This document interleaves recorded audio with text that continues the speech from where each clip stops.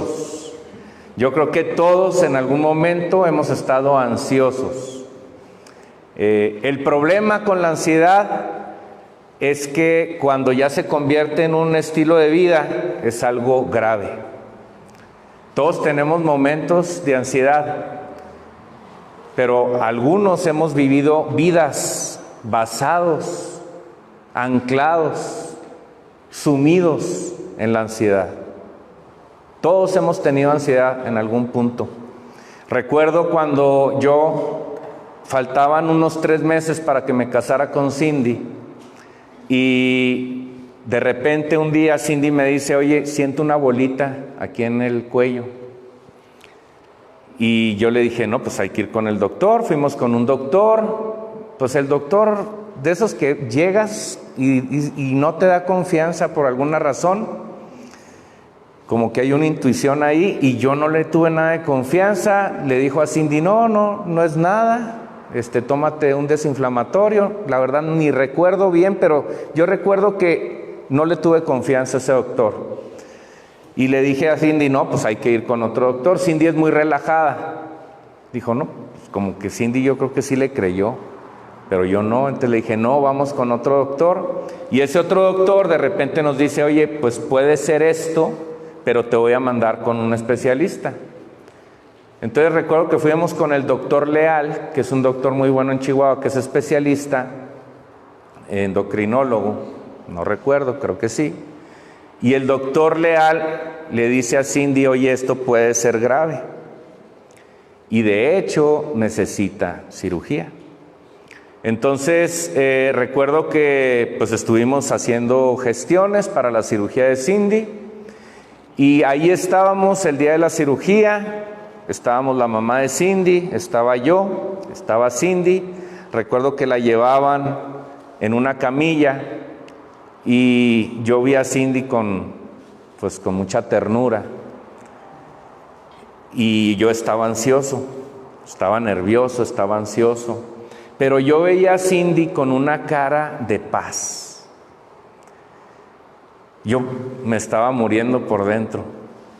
Pero Cindy bien tranquila, y me acuerdo que Cindy Dios le dio una palabra y ella tuvo paz, pero yo no. Yo me quedé varias horas esperando con la mamá, con mi suegra ahí a un lado, imagínense. Entonces yo y mi suegra ahí en la sala de espera, y pues los minutos se hacían muy largos y duró la operación yo creo que unas 4 horas. Porque esa bola que ella tenía la tenían que mandar a patología para ver si era cancerígeno o maligno. Gracias a Dios al final todo salió bien, pero yo recuerdo que ese día estaba yo con mi suegra y yo cada vez me preocupaba y estaba más ansioso, y me tuve que ir afuera del hospital y empecé a darle vueltas al hospital, a la cuadra del hospital, caminando y pidiéndole a Dios que me calmara la ansiedad. La ansiedad y el temor se parecen, pero no son lo mismo. La ansiedad se imagina la amenaza. No está pasando nada aún. Tú te imaginas la amenaza. Yo me imaginaba que Cindy en algún momento podía pasarle algo en la cirugía, o podían darle un diagnóstico no favorable, pero no estaba pasando. Y yo estaba ansioso y ansioso y ansioso. Y cuando esa ansiedad se vuelve un carrusel y empieza a carcomerte, empieza a drenarte, entonces se convierte en temor. El temor es que una amenaza es real, pero también el temor puede venir por una serie de ansiedades que no son reales, que son figurativas. El problema de la ansiedad es que tú vas en un bosque caminando y vas por una vereda y te imaginas que hay un oso por ahí, o que hay 2 osos, o que hay 5 osos, o que hay 20 osos, uno en atrás de cada tronco del árbol, y te van a comer. y te empieza a entrar el temor. Esa ansiedad se vuelve temor. Y entonces ya no es un oso, ya dice, son 20 osos y me van a comer y van a hacer un barbecue conmigo, y luego mis hijos se van a quedar sin papá, y luego ¿quién les va a pagar la escuela a mis hijos? Y como no van a tener escuela, tampoco van a tener trabajo, y nadie los va a querer, y no se van a casar, y de repente se van a convertir en indigentes y van a andar en la calle los niños con un letrero pidiendo dinero diciendo, el oso se comió a mi papá. Así es la ansiedad. Te lleva en un carrusel de ideas, de manera que de pronto ya todo es fatal y ya no hay solución. Hoy te voy a hablar de un personaje. En la Biblia hay varios personajes que estuvieron ansiosos y que tuvieron temor por cosas reales o por cosas figurativas, por cosas que no eran reales. Moisés le dio temor y ansiedad ir a hablar con el faraón, porque Dios le dijo, ve y habla con el faraón y dale un ultimátum al faraón. Imagínese Moisés cómo estaba de ansioso y de nervioso y de temer, y con ese temor. Como si te dijera hoy Dios, ve a hablar con Vladimir Putin, a ver, y dile que va a haber sequía allá en Rusia y que no van a comer 7 años, a ver si sales de Rusia, ¿verdad? Imagínense cómo se sentía Moisés al ir a hablar con el faraón, que era la autoridad más eminente, con más poder en todo el mundo en ese tiempo. También vemos en los salmos a David, cómo escribe salmos con una ansiedad y con un temor, pues porque obviamente la debía. Había sido adúltero, había sido asesino. Y David, con una ansiedad tremenda, tú ves cómo escribe salmos y clama. También vemos a personajes como el rey Saúl, que veía moros con tranchete, y por esa ansiedad y ese temor acaba perdiendo el reino. Entonces, la ansiedad es algo que no es real, pero el temor puede ser algo que tampoco es real o sí es real. Lo que sí sabemos es que la ansiedad te puede llevar al temor. La ansiedad te puede llamar al temor. Y hoy te quiero hablar de un personaje que estuvo ansioso y tuvo temor. Un personaje importante en la Biblia, un personaje que conocía a Dios, que era valiente, que tenía entereza, pero que algún día, y hoy te lo voy a ilustrar, tuvo ansiedad y tuvo temor. La ansiedad es un enemigo silencioso. La ansiedad te carcome, no te da tranquilidad, estás en un estado de estrés permanente, no te deja dormir tranquilo, te va drenando poco a poco, como una zorra pequeña. Ahí en la Biblia hay un pasaje donde nos ilustra lo que hacen las zorras pequeñas. Una zorra pequeña no es una zorra escandalosa, anda por abajo de los pastizales, pero lo que hace la zorra pequeña es que va comiendo los tallos y todo ese matorral de sembradío se va secando porque por abajo corta el tallo. Y así es la ansiedad. La ansiedad es algo no escandaloso, es algo silencioso que te va carcomiendo poco a poco. Y así me ha pasado a mí. Este personaje del cual te quiero hablar es uno de los más interesantes de la Biblia. Es uno que marcó un punto de inflexión en el pueblo de Israel y marcó el fin de la idolatría del pueblo de Israel en esa época. Se opuso a un rey y a su esposa para traer un avivamiento a Israel.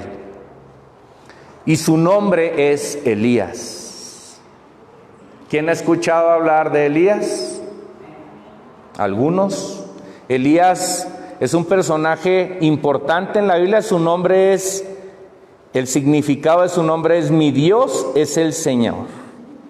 Y Elías desafía al rey Acab, que era el rey de Israel en ese entonces. Entre el 877 antes de Cristo y el 853 antes de Cristo, ahí hay un rey que se llama Acab, reina en Israel, y no hace lo correcto ante los ojos de Dios, ese rey. Y Elías profetiza que vendría algo, que se avecinaba algo en la tierra de Israel, una sequía que iba a causar una crisis económica y financiera en el reino, y el primer golpeado de esa sequía iba a ser el rey Acab. ¿Por qué era esa sequía? ¿Por qué estaba por venir esa sequía? Porque había idolatría en el pueblo de Israel, y esa idolatría provocaba maldad. Así que vemos a un Elías, te lo voy a presentar, desafiante, valiente, contundente, sin titubeos, y de repente vemos ese mismo Elías desencajado, temeroso, ansioso, pequeño, insignificante, que hasta te puede dar lástima.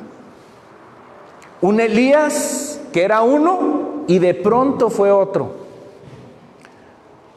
¿No te ha pasado que a veces te sientes fuerte, entero, que de repente te promueven en tu trabajo y empiezas a flotar?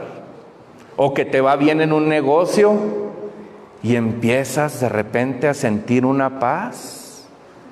Y de pronto, unas semanas o unos meses después, estás en depresión por una u otra circunstancia de la vida. Así pasamos nuestra vida, en momentos en donde estamos en un monte alto y de repente estamos en un valle de sombra y de muerte del cual nadie nos puede sacar. Y ahí estamos envueltos. Y Elías es una persona que estuvo en un punto alto, pero de pronto estuvo en un punto bajo. A Elías le pasó eso. Vemos en Primera de Reyes 17:1. Primero, Elías sale en la Biblia, aparece en la Biblia de la nada. No se da un antecedente, no se dice quiénes fueron sus padres, no se dice su ascendencia, su descendencia. No se nombran muchas cosas de Elías. De repente aparece contundente en la Biblia y nos dice en Primera de Reyes 17:1, entonces Elías Tisbita, que era de los moradores de Galaad, dijo a Acab, recuerden, Acab era el rey: vive Jehová, rey de Israel, en cuya presencia estoy, que no habrá lluvia ni rocío en estos años, sino por mi palabra. Eso le dice Elías al rey Acab. ¿Cómo ve? ¿Cómo era Elías? Que te plantes delante de un rey y le digas: así va a ser, esto va a pasar, y el primero afectado vas a ser tú. Hoy yo veo alguna gente en Roca que está dejando de ser atemorizada, que está siendo valiente, que ya no le avergüenza decir que Jesús es su Señor y que Jesús es su Salvador y que Él es el camino, la verdad y la vida. Hay gente aquí que está empezando a compartirle a otros que Jesús es el Salvador, que no hay otro nombre bajo el cielo dado a los hombres en que podamos ser salvos más que en su nombre. Hay gente aquí que no está predicando una religión, que está predicando una relación con Jesús, que no está queriendo traer agua a su molino, sino que le está diciendo a la gente genuinamente: necesitas a Jesús. ¿Tienes problemas? Jesús es mejor. Jesús es la respuesta. Jesús es tu ancla. Jesús es tu roca. Hay gente aquí que se está levantando, como se levantó Elías. Yo veo a gente porque converso con la gente, así como cuando tú vas con el doctor para que te diga el estado de tu cuerpo. Yo como pastor pues escucho muchas cosas y me dicen muchas cosas, y siento el ánimo de la iglesia y yo veo gente que se está comenzando a levantar, no por una religión, sino para poner su nombre en alto, porque sabemos que la única respuesta para la depresión, que la única respuesta para el temor, que la única respuesta para la ansiedad tiene que ver con ir al manual del Creador. Tú puedes tener paliativos, tú puedes tomar aspirinas, tú puedes tomar cierto medicamento para que te calme la ansiedad, y yo recomiendo que vayas al psiquiatra, y yo recomiendo que vayas al psicólogo. Yo no tengo nada en contra del psiquiatra y del psicólogo. Son una ayuda y hay muy buenos psicólogos y hay muy buenos psiquiatras. Pero si quieres realmente quitar la ansiedad de tu vida desde la raíz, si tú realmente quieres quitar el temor en tu vida desde la raíz, la única respuesta es ir al manual del Creador y decirle: Señor, aquí estoy. Y esa paz que sobrepasa todo entendimiento va a venir a tu vida y va a empezar a sanar tus heridas. Eso yo te lo puedo decir porque yo lo he vivido. Y eso te lo puedo decir porque he visto cómo otra gente lo ha vivido. Mi papá duró muchos años en depresión. Mi papá tenía una herida en toda esta parte de su pierna, porque cuando era niño de 7 años él tuvo un accidente y se abrió y se quebró el hueso. Y le hicieron una cirugía y esa cirugía hizo que se le infectara el hueso. Y esa infección en el hueso le duró más de 30 años. A mi papá cada año lo operaban y le abrían, y llegó un punto en que esa herida no cerraba, porque se la tenían que estar limpiando por la infección del hueso. Mi papá, una persona, sí, muy alegre en momentos, sí, muy culto en muchas cosas, con muchas cosas buenas, pero mi papá tenía una profunda depresión de una herida que no le cerraba y que siempre estaba abierta hasta el punto que le amputaron la pierna. Y ahí la depresión se hizo más grande. Y ahí el temor lo seguía como una sombra. Pero yo pude ver cómo mi padre, 6 meses antes de fallecer, le entregó su vida al Creador de la vida. Y se entregó a Jesús. Y ya no peleaba con mamá porque iba a la iglesia, porque él era muy tradicionalista y decía: no, es que tenemos que ir a la iglesia católica. Y él dejó eso, porque él entendió que la religión no salva. Él entendió que la religión no es una respuesta, es un camino bueno, regular o más o menos. Hay religiones buenas, malas o regulares, pero la religión no te va a salvar. Él entendió que Jesús era la respuesta porque él conoció a Jesús y él se entregó a Jesús, y ahora tú ya no lo veías deprimido, ya lo veías todo el día leyendo la Biblia. ¿Por qué? Porque entendió cuál era la solución a su problema raíz. Después de casi 40 años, él pudo conocer cuál era la respuesta. Y hay mucha gente que sigue buscando respuestas y las va a seguir buscando hasta que no encuentre al único camino, verdad y la vida, que se llama Jesús. Porque Jesús es el que murió por nosotros. Nadie más murió por ti, nadie más murió por mí, nadie más murió por mis pecados. Y cuando yo sé que alguien murió por mis pecados, que es real, que es genuino, entonces yo puedo decir: Señor, yo tengo el mejor abogado del mundo, que eres tú, y todos mis pecados son perdonados. Y eso me da libertad. Eso me da libertad para poder yo darle el control al Creador de mi vida. El problema con la ansiedad, el problema con el temor, es que sentimos que perdemos el control. Sentimos que con el control, si recupero el control de esto y de aquello de otro, se va a acabar mi ansiedad, se va a acabar mi temor, y no es así. Tu temor y tu ansiedad van a ser abolidos, van a ser quebrados cuando tú le entregues el control, no a ti, sino al Creador de la vida, a Dios. Ahí es donde se acaban los problemas de ansiedad. Ahí es donde se acaban los problemas de temor, cuando tú le das el control a Él y no lo tienes tú más. Y sabes que en Él descansas, y sabes que en Él confías, y sabes que en Él estás seguro. Ahí. Dale gloria a Dios.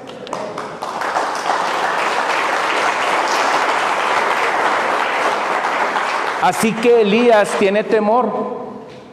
Tiene temor en algún punto de su vida.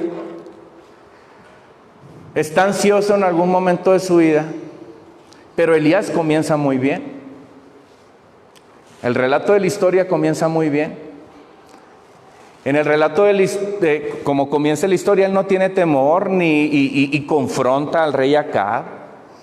Y dice la palabra que después Dios le dice que se vaya al arroyo de Quiret. Se va, él obedece, después se va a otra población con una viuda y su hijo, ahí hay un milagro. Y después de un tiempo de que le da la profecía a Acab de que iba a haber una sequía, un tiempo después vuelve a aparecerse Elías con el rey. Dice el 18-17, cuando Acab vio a Elías, le dijo: ¿eres tú el que turbas a Israel? Acab ya estaba preocupado, porque lo que había dicho Elías un tiempo atrás estaba cumpliendo, y no estaba lloviendo, y estaba empezando a haber problemas económicos, y los problemas económicos siempre van a traer problemas políticos, van a traer problemas de poder, porque cuando las cosas no están bien, entonces el rey, el presidente, el gobernador tienen problemas. Y ahí la respuesta de Elías es contundente. En el 18-18 dice: yo no te he turbado. Le dice Elías al rey: yo no te he turbado. Yo no he turbado a Israel, sino tú y la casa de tu padre, dejando los mandamientos de Jehová y siguiendo a los Baales. Los Baales eran dioses que no eran Dios. Ahorita te voy a explicar. Cuando tú estás bien plantado en Dios, tú no tienes ningún problema en pararte delante de cualquier persona y decir las cosas como son, de acuerdo a su palabra. Cuando tú estás bien plantado en Dios y conoces tu fe, por eso es tan importante que vengas los viernes a las 7:30 al estudio bíblico. Porque si tú no tienes fundamentada tu fe, entonces tú no puedes tener autoridad y no puedes confrontar y no puedes defender tu fe. Y es por eso tan importante. El pueblo se extravió por falta de conocimiento, dice la palabra. Tenemos que tener el conocimiento de la palabra, de la verdad, del manual del Creador. Y Elías conocía muy bien a su Dios. Elías sabía quién era su Dios.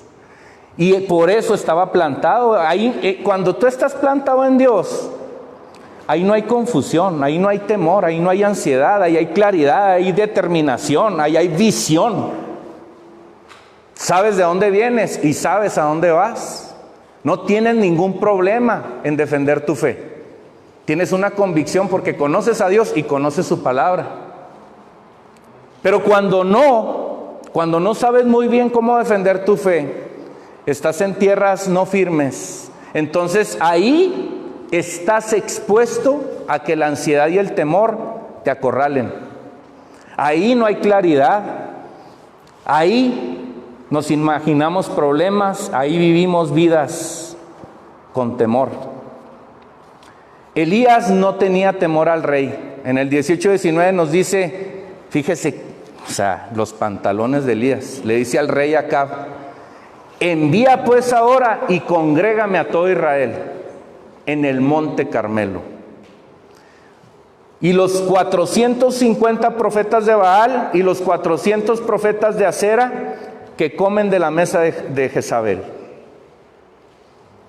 ¿Quién conoce a Jezabel o quién ha oído hablar de Jezabel en la Biblia? Era bien sumisa, ¿verdad? Era bien buena onda Jezabel. Era como la mujer virtuosa, ¿verdad? ¿No? ¿O sí? Aquí estamos viendo quién estudia.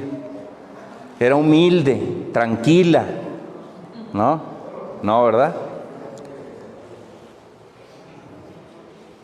Ahorita vamos a ver cómo era Jezabel. Espérenme poquito.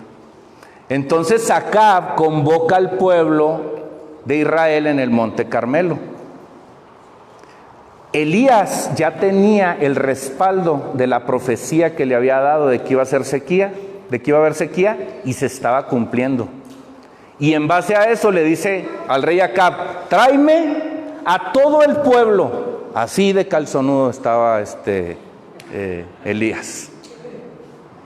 Tráeme a todo el pueblo y también tráeme a los profetas de tu esposa, a los profetas de Baal 450, y a los profetas de la diosa Acera 400. Tráemelos a todos. Un Baal era un dios de la fertilidad. Así se tenía conceptualizado en ese contexto histórico del cual estamos hablando. Era el rey, el dios de la fertilidad. Y también se le llamaba el rey del sol. Y Acera era la diosa de la luna y estaba linkeada directamente a la sensualidad. Esos eran los reyes que tenían, los figuritas que adoraban. Y ahí van. Entonces les dice Elías: tráiganme a 2 bueyes. Y está en el monte Carmelo plantado, están los profetas de Baal por un lado, está el pueblo de testigo, y ahí está parado Elías. Imagínense la escena. Y les dicen: tráiganme 2 bueyes y vamos a destazar los 2 bueyes. Denle un buey a los profetas de Baal y tráiganme uno a mí. Y pónganle leña y no le prendan fuego. Y vamos a ver de qué cuero salen más correas aquí. Y dice, el Dios que haga descender fuego del cielo es el Dios al cual toda la nación de Israel adorará. Ese es el reto. Así dice, el Dios que haga descender, le dice a todo el pueblo de Israel, con los profetas de Baal ahí: el Dios que haga descender el fuego del cielo es el Dios al cual toda la nación adorará. Solo había un ganador. El partido era los profetas de Baal contra Elías. Y el que perdiera iba a ser ejecutado. Así que ahí Elías se juega su propio cuello. Elías dice: el Dios que haga descender fuego del cielo es el rey correcto. Sabía Elías, conocía Elías de Dios y conocía a Dios. Sabía bien lo que estaba haciendo. Y entonces comienza el desafío y le dice Elías a los profetas: ustedes van primero. Y los profetas de Baal comienzan y hacen sus rituales, empiezan a gritar, empiezan a bailar, empiezan inclusive a sacarse sangre y a chorrearla ahí alrededor, y hacen un escándalo y claman y bailan, y desde la mañana hasta el mediodía, y cada vez tratan de gritar más y nada. No pasa nada. Se empiezan a poner nerviosos. Y le toca el turno a Elías. ¿No te ha pasado que estás en un momento en tu vida muy candente? En un punto de tu vida de inflexión donde te dicen: te toca. Cuando te pase eso, siempre ponte en las manos de Dios y verás cómo Dios te va a dar la victoria. Cuando estés en una entrevista de trabajo, cuando estés en una entrevista con tu jefe y haya problemas con la empresa y digas: a lo mejor me pueden correr. Cuando tengas una decisión importante con tus hijos que tomar, con tu esposa que tomar, de abrir un negocio o cerrarlo, siempre pon todo en las manos de Dios. Siempre. Y ahí está Elías y le dicen: te toca, Elías. Te toca. Entonces dice la palabra que Elías toma 12 piedras representando a las 12 tribus de Israel y hace un altar, hace una zanja alrededor del altar y toma cántaros de agua y los vierte 3 veces. 3 veces vierte 4 cántaros de agua en el altar, en la plancha. Le cae al altar, le cae a la leña y de la leña se escurre hacia la zanja, de manera que la zanja queda totalmente llena de agua. La tierra que estaba ahí ya no podía absorber más agua, estaba como una alberca. Y le toca el turno a Elías. Y aquí viene un momento crucial en el 18:36. Y la proclamación es esta: Jehová Dios de Abraham, de Isaac y de Israel, sea hoy manifiesto que tú eres Dios de Israel y que yo soy tu siervo y que por mandato tuyo he hecho estas cosas, dice Elías. Jehová de Abraham, de Isaac y de Israel o de Jacob.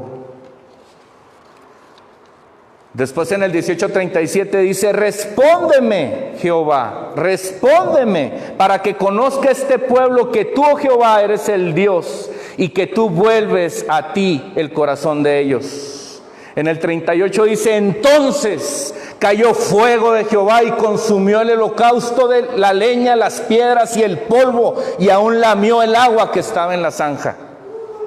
Y ahí hubo júbilo, ahí hubo fiesta, ahí hubo porras, ahí hubo alegría y plenitud, porque sabía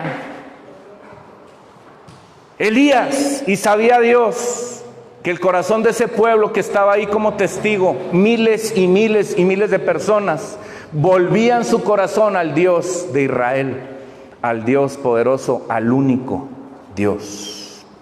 Pero Elías dijo: espérenme, está bien la fiesta, está bien las porras, pero agarren a los 450 profetas, porque perdieron.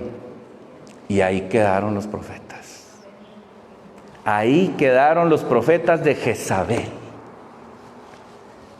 Imagínese cómo se sintió Jezabel, volviendo a Jezabel, cuando se enteró que los 450 profetas estaban muertos.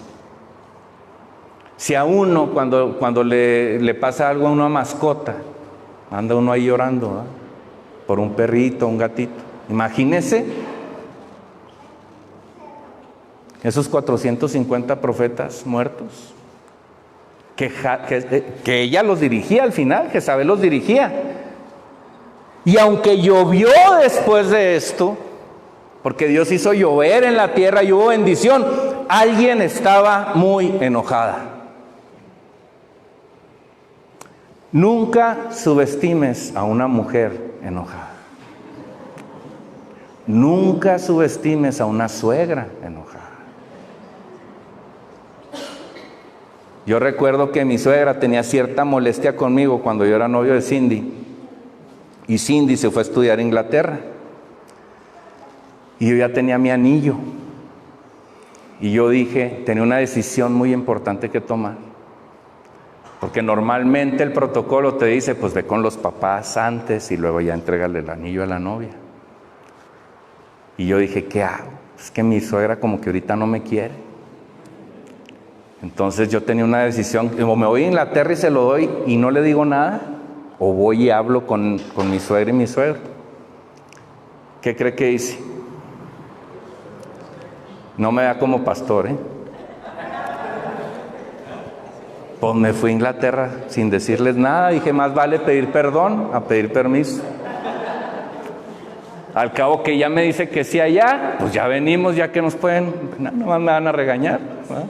Y sí me regañaron, ¿verdad? Pero ya traía yo a mi reina a Inglaterra. Nunca subestimes a una mujer enojada. Le mataron a sus profetas de Baal.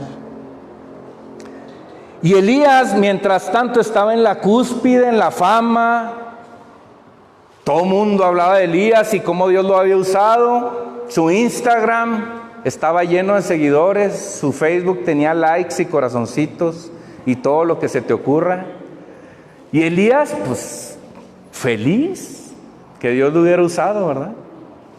Con la popularidad hasta arriba. Pero algo pasó cuando salió una amenaza de la boca de una mujer enojada. Algo pasó. Cuidado con las mujeres enojadas. Yo corro. Era chancla o cinto y yo a correr. nunca he corrido. Mujer virtuosa. Pero Jezabel estaba muy enojada. Y Acab, el rey, le cuenta a su esposa Jezabel qué había hecho Elías. En el 19:2 dice: entonces envió Jezabel a Elías un mensajero diciendo: así me hagan los dioses y aún me añadan, si mañana a esta hora yo no he puesto tu persona como la de uno de ellos. En pocas palabras, el WhatsApp que le mandó Jezabel a Elías decía: que me parto un rayo si no te veo muerto mañana a esta hora. Y Elías ve el mensaje, escucha el mensaje y algo pasa. Se acabó la fiesta. A correr. A Elías le agarra la ansiedad, el pánico, el temor y sale huyendo al desierto. Sale huyendo al desierto. Oiga, se le paró al rey de Israel, le dijo sus verdades, se les enfrentó a 850 profetas de Acera y de Baal, cayó, clamó y cayó fuego del cielo, cambió la perspectiva de un pueblo, trajo avivamiento a un pueblo. ¿Qué le pasó a Elías? ¿Por qué se puso tan ansioso y tuvo tanto temor? ¿Por qué? ¿Por qué por los labios de una mujer él cambia de una vida gloriosa a una vida atemorizada? Y es que el problema no tenía tanto que ver con Jezabel, con Acab, o con el pasado, con el futuro, sino que había algo profundo ahí. ¿Por qué Elías huye al desierto y luego al monte Horeb? Y ahí en el monte Horeb se mete a una cueva y se deprime. ¿Por qué después de tanta gloria terminas así? ¿Por qué después de tanta gloria, de un día donde tú te metes con Dios, donde vienes los domingos y dices: Señor, tú eres mi Señor, y de repente el martes ya estás débil y el miércoles ya estás otra vez ansioso y temeroso? Ya te ganó tu ira, ya te ganaron tus peleas con tu pareja, ya te ganó el alcohol o la droga o la pornografía, y ya caíste en ansiedad y en temor. ¿Por qué pasa eso? Dice en el 19:9, Dios le pregunta dentro de la cueva en donde se metió Elías: ¿qué haces aquí, Elías? ¿Qué haces aquí? ¿En serio? ¿Qué haces aquí? Había una amenaza, huye al desierto, un ángel le da instrucciones y le dice: vete al monte Horeb. Se va al monte Horeb, pero se mete en una cueva.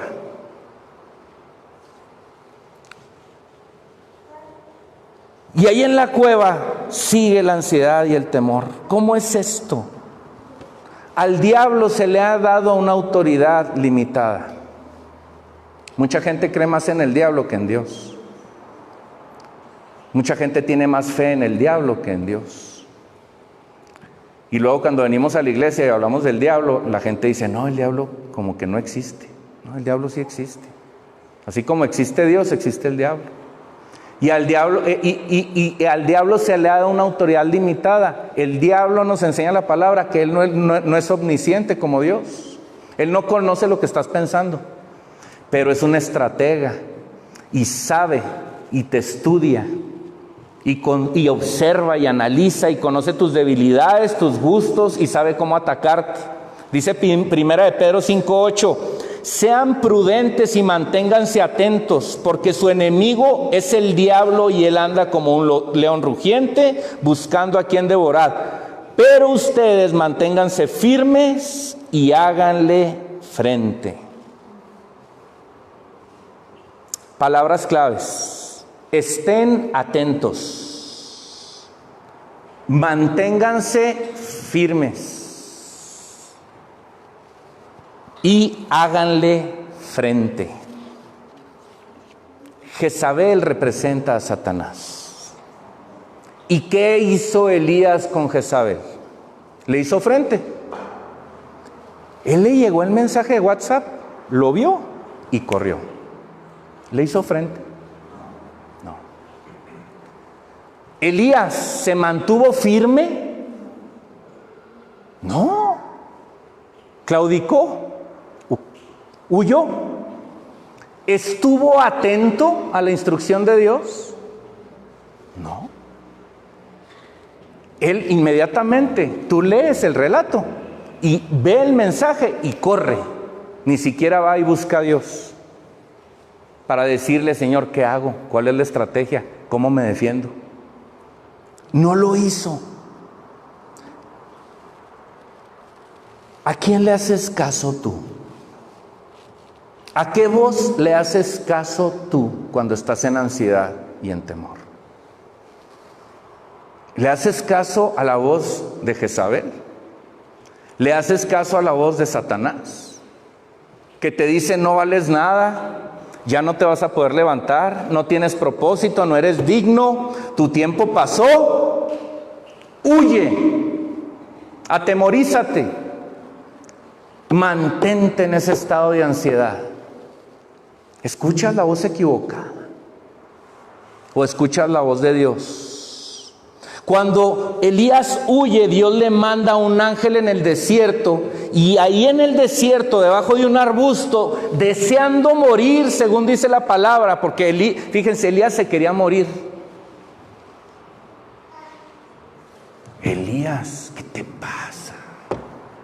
Ahora resulta que te quieres morir. Y ahí el ángel le dice, levántate y come. Y se lo dice 2 veces. Levántate y come porque largo recorrido te resta. Y ahí pasa algo. Algo que te pasa a ti y me pasa a mí. Estás comiendo. Porque la palabra de hoy que Dios te dice a ti y a mí es, estás comiendo. La instrucción de hoy para nosotros es, estamos comiendo. Y te voy a decir a qué se refiere, estamos comiendo. Dice la palabra que Jesús es el pan de vida. Y es el verbo de Dios. Él es la palabra viva. Tú puedes saberte la palabra de memoria, pero si tú no vives la palabra, no hay nada. Y el que hace que vivas la palabra se llama Jesucristo. ¿Estás leyendo la palabra? ¿Estás leyendo la palabra? Te insto, te exhorto con todo amor y con todo respeto. Prepárate. Prepárate. Porque cuando venga el vendaval, si tú no tienes tu fe firme y no conoces la palabra de Dios, que es tu comida y la mía, te va a quebrar el vendaval. Por más que vengas los domingos y escuches la predicación y vayas en el carro y escuches alabanzas, si tú no estudias la palabra, los vendavales van a venir y te van a quebrar. Tenemos que comer la palabra de Dios. El libro más vendido, el bestseller más vendido de la historia, ahí está la respuesta. Cuando Satanás lo tienta en el desierto, ¿tú crees que Jesús se pone a conversar con Satanás como a Eva y Adán se pusieron a conversar con Satanás? No, Él le recita la palabra. Tú vas a estar firme, tú vas a hacerle frente al enemigo con la palabra. No con tus ideas, no con tus filosofías, no con tu manera de pensar, con la palabra de Dios. Ahí cuando viene el ataque y te dice, ya no vivas, quédate tendido en la cama, no hagas nada, no hagas ese negocio, ya no vayas a la escuela, ya no vale la pena nada, nadie te quiere. Esa es la voz del enemigo. Tú tienes que contestarle, yo sé en quién he creído, yo sé en dónde está mi roca, yo sé quién es mi Salvador, yo sé quién me compró y quién clavó mis pecados en la cruz. Ahí tú vas a resistirlo con la palabra de Dios. Bendito sea su nombre para siempre. Dice Filipenses 4:6, no se preocupen por nada, que sus peticiones sean conocidas delante de Dios en toda oración y ruego con acción de gracia. Y en el 4:4 antes dice Pablo, en medio de un calabozo en donde estaba esperando a ser ejecutado por el emperador Nerón, que era el emperador de Roma cuando Pablo estaba ahí en el 70 después de Cristo, estaba en una cárcel esperando a ver si Nerón lo ejecutaba. Dice Pablo en el 4:4 de Filipenses: alégrense, alégrense en todo, en las malas, en las buenas, no importando la circunstancia, porque sabía Pablo en quién había confiado. Alégrense en todo, siempre. Y dice: en el Señor insisto, alégrense. Así decía Pablo, porque Pablo conocía la palabra. Conocía la palabra. La ansiedad no te dejará cuando tengas el control de las cosas, sino cuando le des el control de las cosas a Dios. Ahí, aunque estés en una cárcel, vas a poder decir: alégrate, alégrate. No importa en dónde estés, ahí vas a decir: alégrate en el Señor. ¿Qué haces? Entonces, ¿le haces caso a Dios o le haces caso al enemigo? ¿Qué estás comiendo? Dice la palabra que después de que el ángel le dijo, y ya voy a terminar, todavía la alabanza no pase, pero que nos ministre un poquito aquí Gerardo. Dice que le dijo el ángel: levántate y come, porque el largo camino te resta, y lo manda al monte Horeb. El monte Horeb es el monte de Dios. El monte Horeb representa la presencia de Dios. Así que hoy Dios te dice: lee mi palabra, come mi palabra, aliméntate mi palabra, estudia mi palabra, ven los discipulados los viernes y aprende de mi palabra, porque yo te voy a mandar poco a poco al monte Horeb, y vas a ir al monte Horeb, ahí en donde está mi presencia, y ahí te voy a hablar. Tú quieres que Dios te hable, y a ti y a mí, así como microondas: Señor, aquí estoy, resuélveme mi vida, 10 puntos, Señor, dale, órale, aquí los apunto. No, Dios no funciona así. Dios quiere que lo conozcas, y no lo vamos a poder conocer si no conocemos su palabra. Y cuando conoces su palabra, entonces puedes interpretar y tener fe en lo que Él te va a decir. Y ahí Dios te va a hablar en el monte Horeb. ¿Y qué pasa con Elías? Se mete a una cueva. Se mete a una cueva y Dios le dice: ¿qué haces aquí, Elías? Te estoy llamando a mi presencia, te estoy llamando a que nos conozcamos, te estoy llamando a que tengamos intimidad, y te metes en otra cueva, y te vuelves a ir a la ansiedad, y te vuelves a ir al temor, y te vuelves a ir a la depresión. ¡No! ¡Sal de la cueva! ¡Sal de la cueva! Dios hoy te dice: sal de tu cueva. Sal de tu ansiedad, sal de tu depresión, sal de tu tristeza, sal de ahí y ven a mi presencia, porque en mi presencia yo te voy a sanar. Ahí yo te voy a sacar todos tus problemas de raíz. No va a ser un paliativo, no va a ser un revulsivo. Voy a hacer un milagro en tu vida. Voy a sanar tus heridas. Voy a cambiar tu vida. Voy a cambiar tu perspectiva. Y conmigo tendrás un mejor futuro, porque mejores son mis caminos que los tuyos. Mejores. Yo te creé, yo te hice, yo sé que te conviene. No te vayas por otro lado. Conoce mi palabra, come de mi palabra, y ven al monte Horeb. Ven donde yo estoy. Ven a mi monte.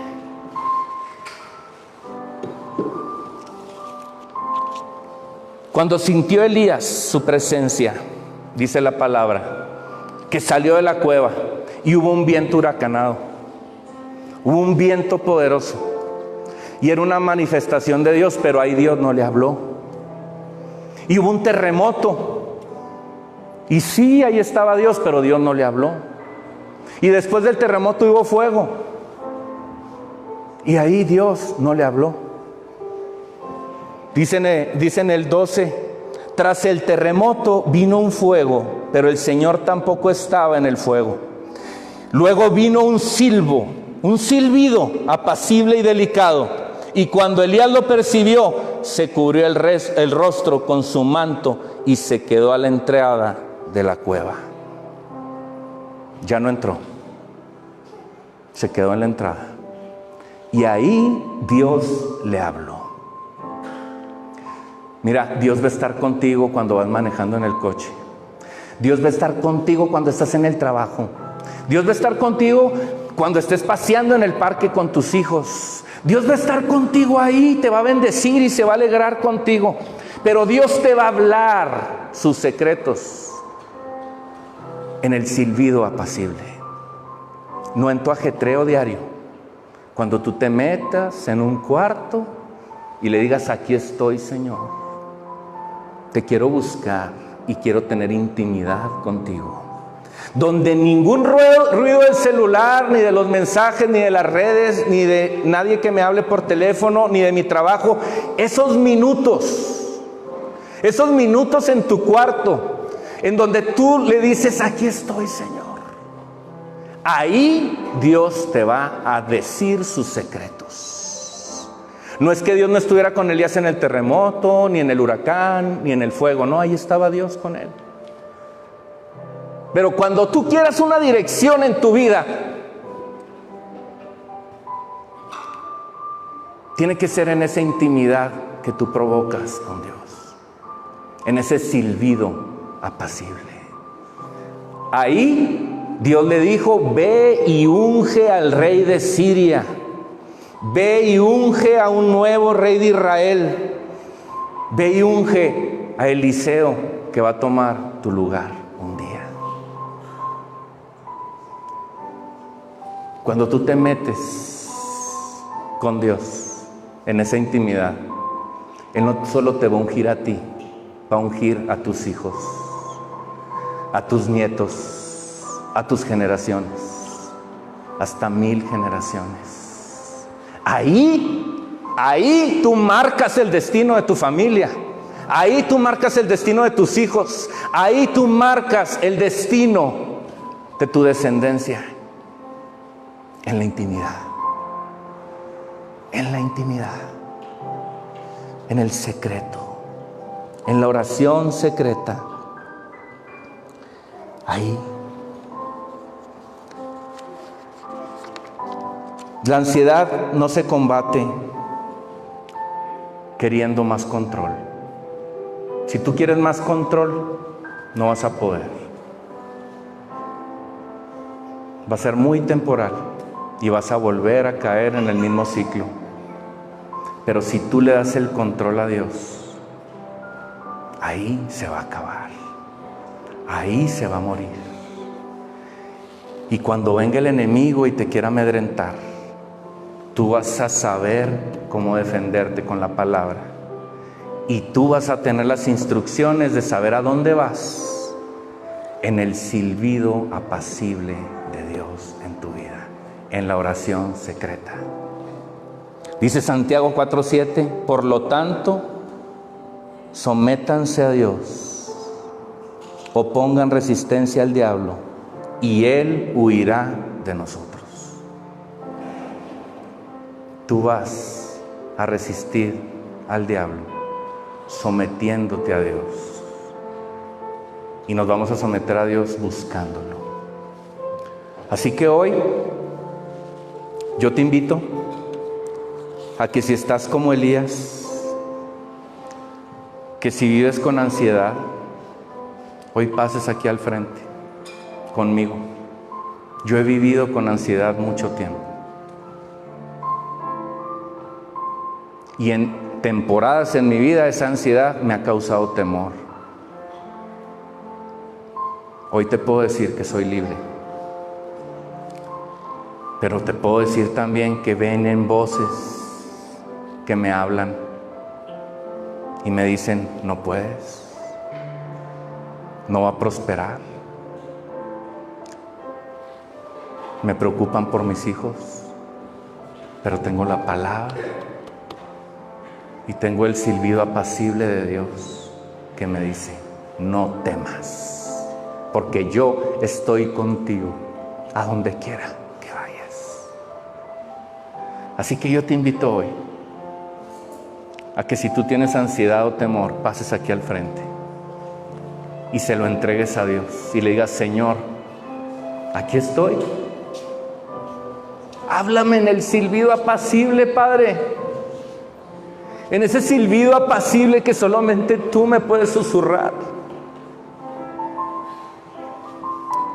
En ese silbido apacible que solamente tú me puedes decir y revelar. Ahí, aquí en lo secreto, hoy yo no voy a orar por ti, pero tú vas a orar con Dios y es más que suficiente.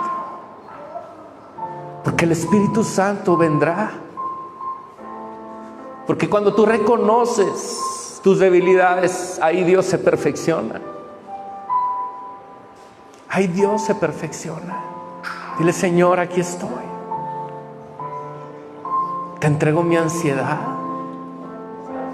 Te entrego mis temores. Te entrego mis heridas. Te entrego eso que yo no puedo. Pero yo sé y tengo fe en que tú sí puedes. Tú eres mi libertador. Tú eres mi consolador. Tú eres mi pronto auxilio en la tribulación. Y tu amor, Señor, echa fuera todo temor. Hoy Dios está echando todo temor fuera con su amor.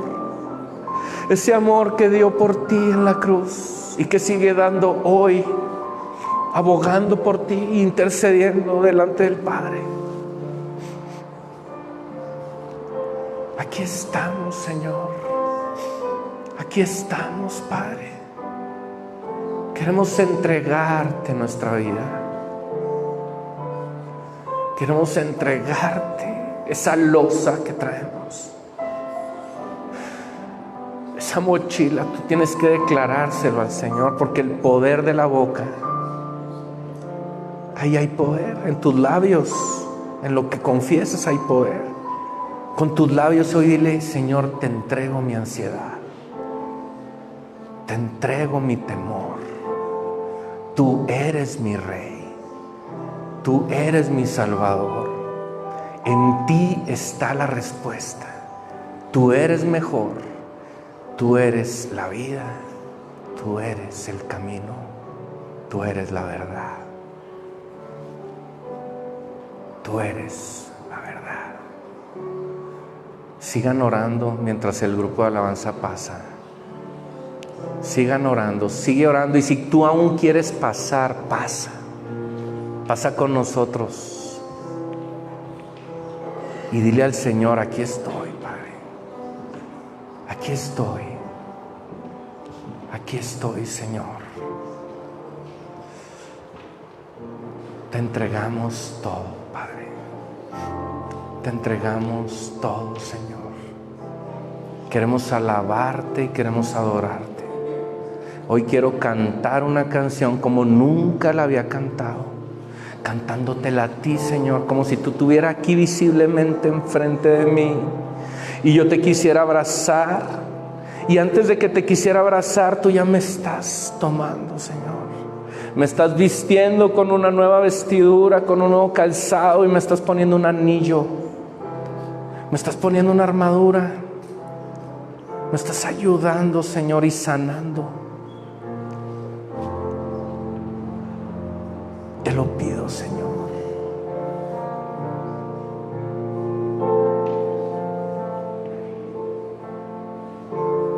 Nuestros corazones